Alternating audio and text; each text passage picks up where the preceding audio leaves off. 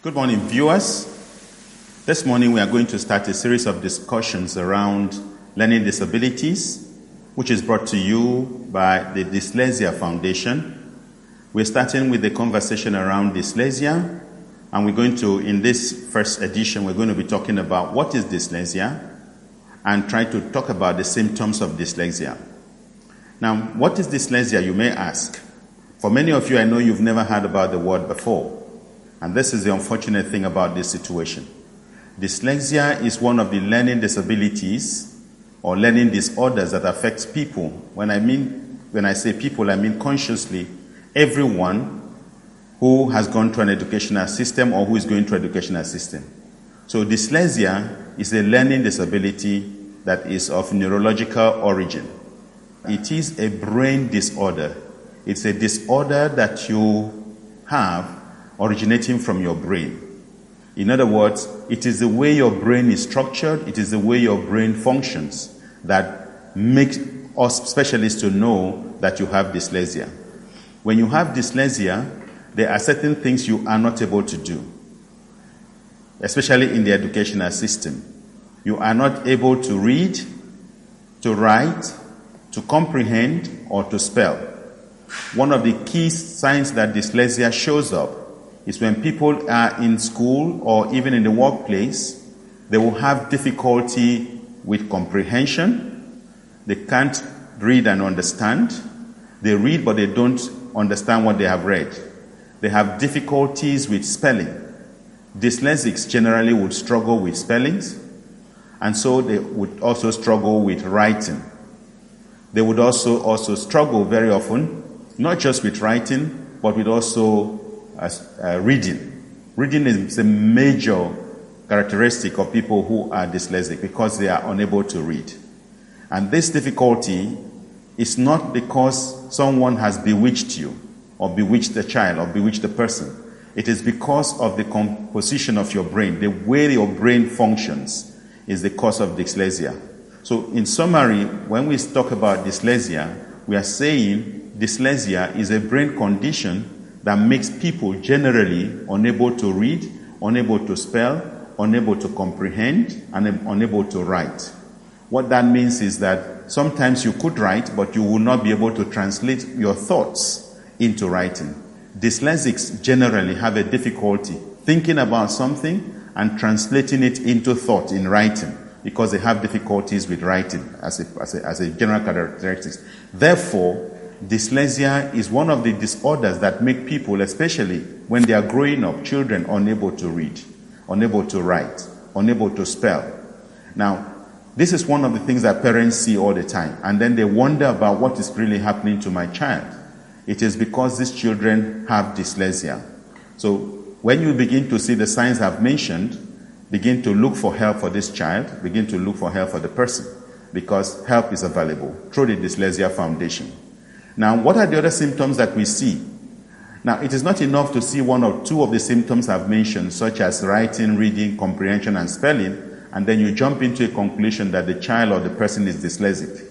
Dyslexia presents itself in over 37 characteristics, over 37 signs and symptoms. I would mention some of them, but despite the ones I'm mentioning now, they are not enough for you to see one or two signs in your child or in yourself and run to the conclusion or jump into the conclusion that you have dyslexia.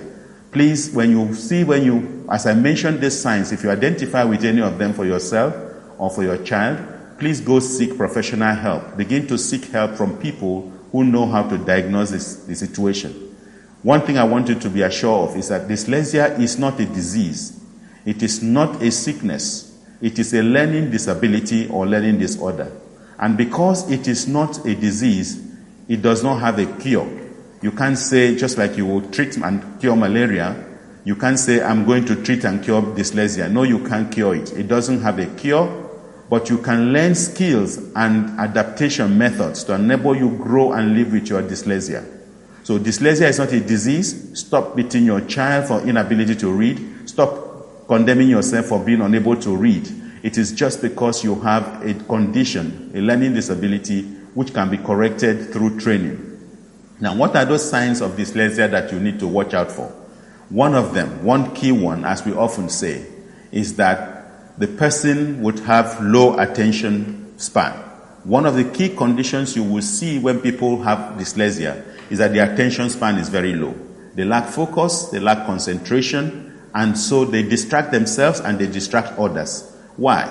Because dyslexia often has a twin condition, which we call, and which is also recognized as attention deficit disorder. All dyslexics, many of them would have attention deficit disorder. In attention deficit disorder, the person with that situation also would be unable to concentrate, would unable to focus, would be unable to do anything on a concentrated time or within a time frame. So most dyslexics would distract themselves and would distract others. And this is one of the things that is their challenge, because they have a mind-wandering situation.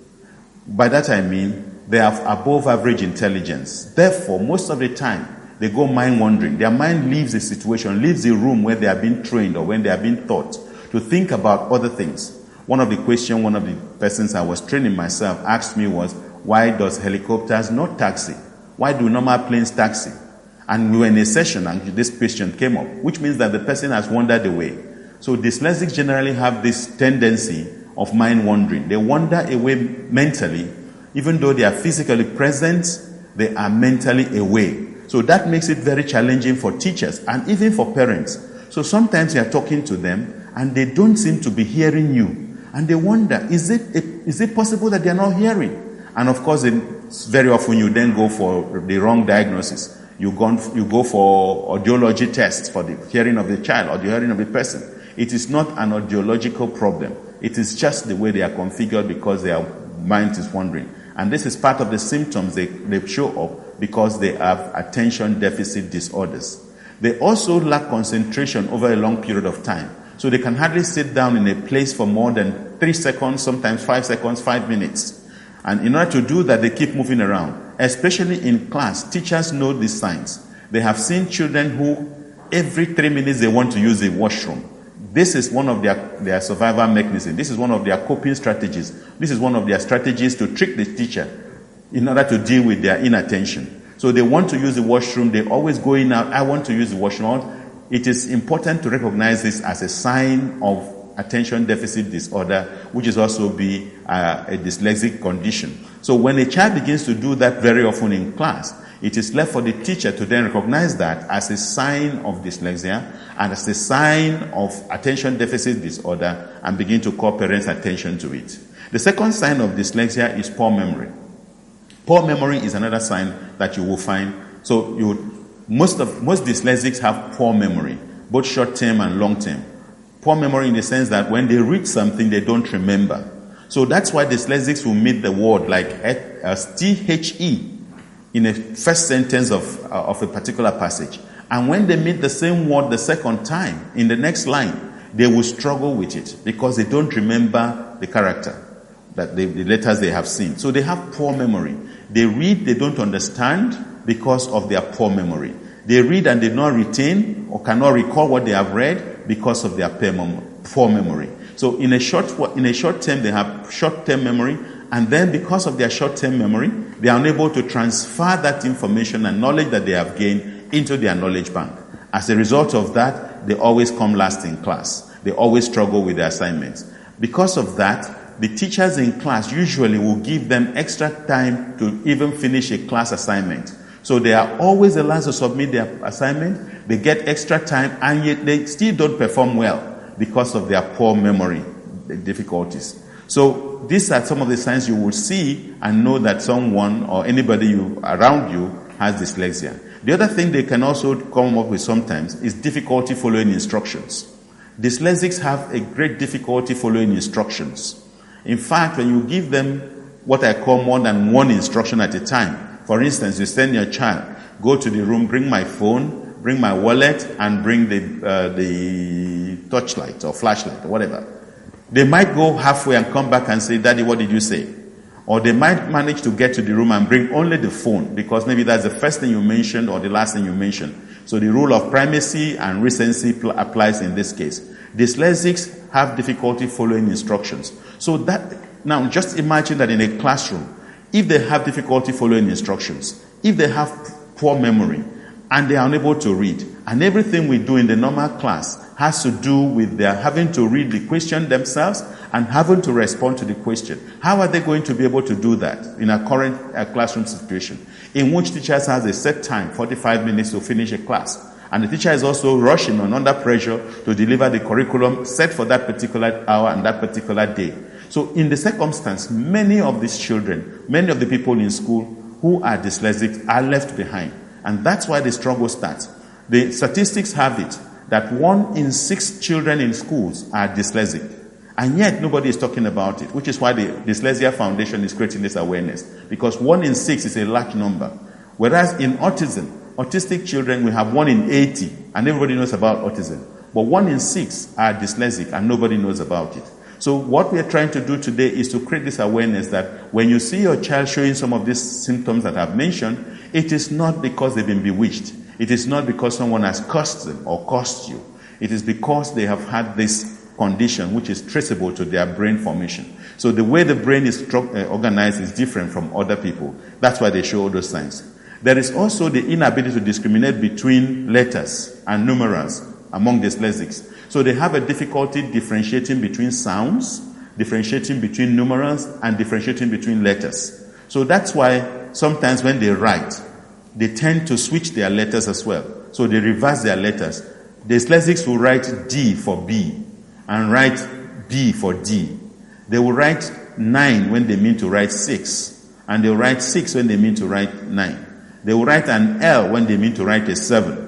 So most of them reverse their letters because, again, their brain is wired differently from our normal brain. Their brain is wired in such a way that they have a mirror image of things. They have mirror image of the pages they are reading. They have mirror image of the letters before them. So in that situation, they struggle to see the letters in the way that you are seeing them. So when you begin to see that inability to discriminate against letters, the child is struggling to pronounce certain words, the child is struggling to write certain letters, and can't make a difference between sounds like D, B, Q, P, then there's a dyslexic problem, and you'd better begin to seek help at appropriate places. They have very poor reading and writing ability.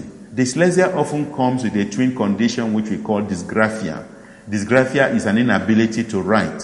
Just like dyslexia itself is an ability to read, dysgraphia is an ability to write. So we find people also who are unable to read as well as unable to write. So they have the twin condition of a dysgraphia, which is inability to write and to write legibly. So their handwritings are very often illegible, and because their writings are illegible, they find it difficult to even read what they have written themselves. So very often this happens over a period of time, and people begin to wonder. Dyslexics also have a difficulty with sequencing. Their motor coordination is very poor. Their sequencing is always very poor. If you find a child who is dyslexic, he will probably wear his shirt before he remembers, oh, I need to wear my singlet.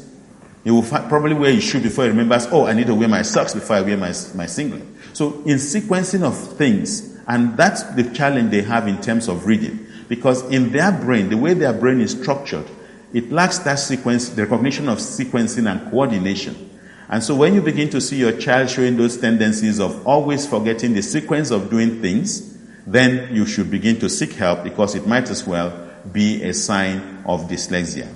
You might also begin to notice in your child there is also disorganization. The child is disorganized, comes back from school, does not keep his or her books in the right places, throws them around in corners, throws shirts in one place, the school bag is another place. General disorganization. Of course, most children tend to be disorganized. But there is a level of disorganization that you will just notice this is abnormal. And when you begin to notice that abnormality in the level of organization and disorganization, that's when you should begin to show interest in looking for help for your child.